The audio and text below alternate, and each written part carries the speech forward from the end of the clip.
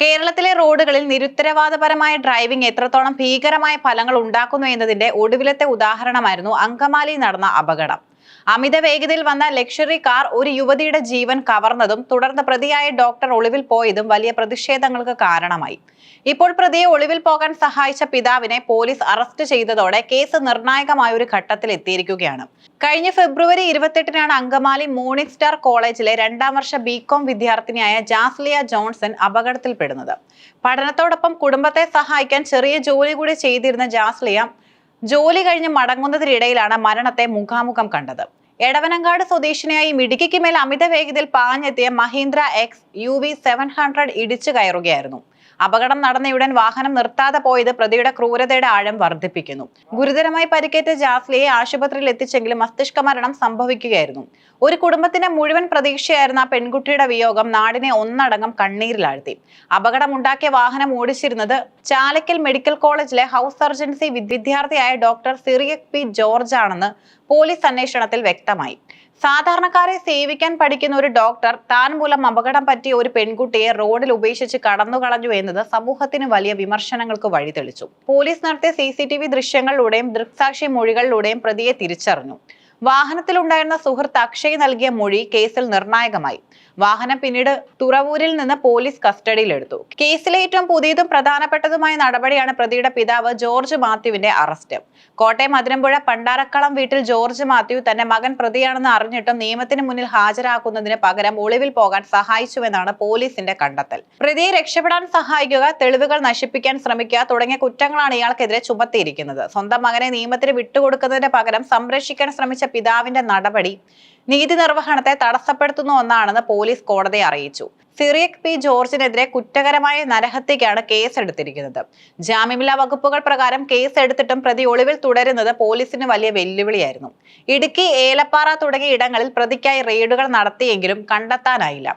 തുടർന്ന് പ്രതി വിദേശത്തേക്ക് കടക്കുന്നത് തടയാനും പൊതുജനങ്ങളുടെ സഹായം തേടാനുമായി പോലീസ് ലുക്കൌട്ട് നോട്ടീസ് പുറപ്പെടുവിച്ചു. Aluva DYSP N. ബാബുക്കുട്ടന്റെ നേതൃത്വത്തിലുള്ള പ്രത്യേക അന്വേഷണ സംഘമാണ് കേസ് കൈകാര്യം ചെയ്യുന്നത്. പ്രതിയുടെ അതിരമ്പുഴയിലെ വീട് പൂട്ടിക്കിടക്കുകയാണ്. കുടുംബാംഗങ്ങളെല്ലാം ഒളിവിലാണെന്നതും അന്വേഷണത്തെ സങ്കീർണമാക്കുന്നു. തങ്ങളുടെ മകൾ ഇനി ഒരിക്കലും മടങ്ങി വരില്ലെന്ന് തിരിച്ചറിഞ്ഞ നിമിഷം ജാസ്ലിയുടെ മാതാപിതാക്കൾ എടുത്ത തീരുമാനം കേരളത്തിന് വലിയൊരു പാഠമാണ്. മസ്തിഷ്ക മരണം സംഭവിച്ച ജാസ്ലിയുടെ അവയവങ്ങൾ ദാനം ചെയ്യാൻ അവർ തയ്യാറായി. 4 പേർക്കാണ് ജാസ്ലിയുടെ അവയവങ്ങളിലൂടെ പുതുജീവൻ ലഭിച്ചത്. സ്വന്തം ദുഃഖത്തിനിടയിലും മറ്റുള്ളവരുടെ കണ്ണീരൊപ്പാൻ ആ കുടുംബം കാണിച്ച മനസ്സ് ജാസ്ലിയുടെ ഓർമ്മകളെ മരണമില്ലാത്തതാക്കി മാറ്റി. ഈ കേസ് ഉയർത്തുന്ന ചില പ്രധാനപ്പെട്ട കാര്യങ്ങൾ ഇവയാണ്. അപകടം സംഭവിക്കുമ്പോൾ പരിക്കേറ്റവരെ ആശുപത്രിയിൽ എത്തിക്കുന്നതിന് പകരം രക്ഷപ്പെടുത്തുന്നത് മനുഷ്യത്വരഹിതമായ നടപടിയാണ്. ഒരു ഡോക്ടറും വിദ്യാസമ്പന്നമായ കുടുംബവും നിയമത്തിൽ നിന്ന് ഒളിച്ചോടുന്നത് നീതിന്യായ വ്യവസ്ഥയോടുള്ള വെല്ലുവിളിയാണ്. മക്കൾ തെറ്റു ചെയ്യുമ്പോൾ അവരെ തിരുത്തുന്നതിന് പകരം നിയമവിരുദ്ധമായി സംരക്ഷിക്കുന്നത് കുറ്റകൃത്യങ്ങളെ പ്രോത്സാഹിപ്പിക്കും. ജാസ്ലിയ ജോൺസന്റെ മരണം കേവലം ഒരു വാഹനാപകടം മാത്രമല്ല, മറിച്ച് ഉത്തരവാദിത്തമില്ലാത്ത ഡ്രൈവിംഗും അതിനുശേഷം നിയമത്തെ വെല്ലുവിളിക്കുന്ന പ്രവണതയും ചേർന്നൊരു ദുരന്തമാണ്. പ്രതിയായ ഡോക്ടർ സിറിയക് P. ജോർജ് ഉടൻ പിടിയിലാകുമെന്നാണ് പോലീസ് നൽകുന്ന സൂചന. നീതി നടപ്പിലാക്കുന്നത് വൈകിയാലും അത് ഉറപ്പായും ലഭിക്കണമെന്നാണ് ജാസ്ലിയുടെ കുടുംബവും പൊതുസമൂഹവും ആഗ്രഹിക്കുന്നത്. റോഡ് സുരക്ഷ എന്നത് കേവലം നിയമം പാലിക്കൽ മാത്രമല്ല, അത് മറ്റുള്ളവരുടെ ജീവനോടുള്ള ആദരവ് കൂടിയാണെന്ന് ജാസ്ലിയുടെ മരണം നമ്മെ ഓർമ്മിപ്പിക്കുന്നു.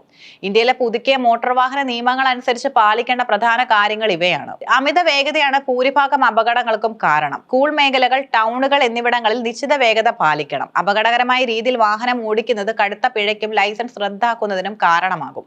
മദ്യപിച്ചോ മറ്റ് ലഹരി വസ്തുക്കൾ ഉപയോഗിച്ചോ വാഹനം ഓടിക്കുന്നത് ക്രിമിനൽ കുറ്റമാണ്.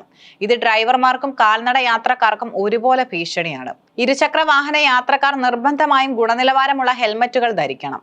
കാറുകളിൽ യാത്ര ചെയ്യുന്നവർ സീറ്റ് ബെൽറ്റ് ധരിക്കുന്നത് അപകട സമയത്ത് ആന്തരിക അവയവങ്ങൾക്ക് ഏൽക്കാവുന്ന ആഘാതം കുറയ്ക്കാൻ സഹായിക്കും. വണ്ടി ഓടിക്കുമ്പോൾ മൊബൈൽ ഫോൺ ഉപയോഗിക്കുന്നത് ശ്രദ്ധ തിരിക്കുകയും പ്രതികരണശേഷി കുറയ്ക്കുകയും ചെയ്യുന്നു. ഇത് കർശനമായി നിരോധിച്ചിട്ടുള്ളതാണ്. റോഡ് അപകടത്തിൽപ്പെട്ടവരെ സഹായിക്കുന്നവർക്ക് നിയമപരിരക്ഷ നൽകുന്ന രീതിയാണിത്.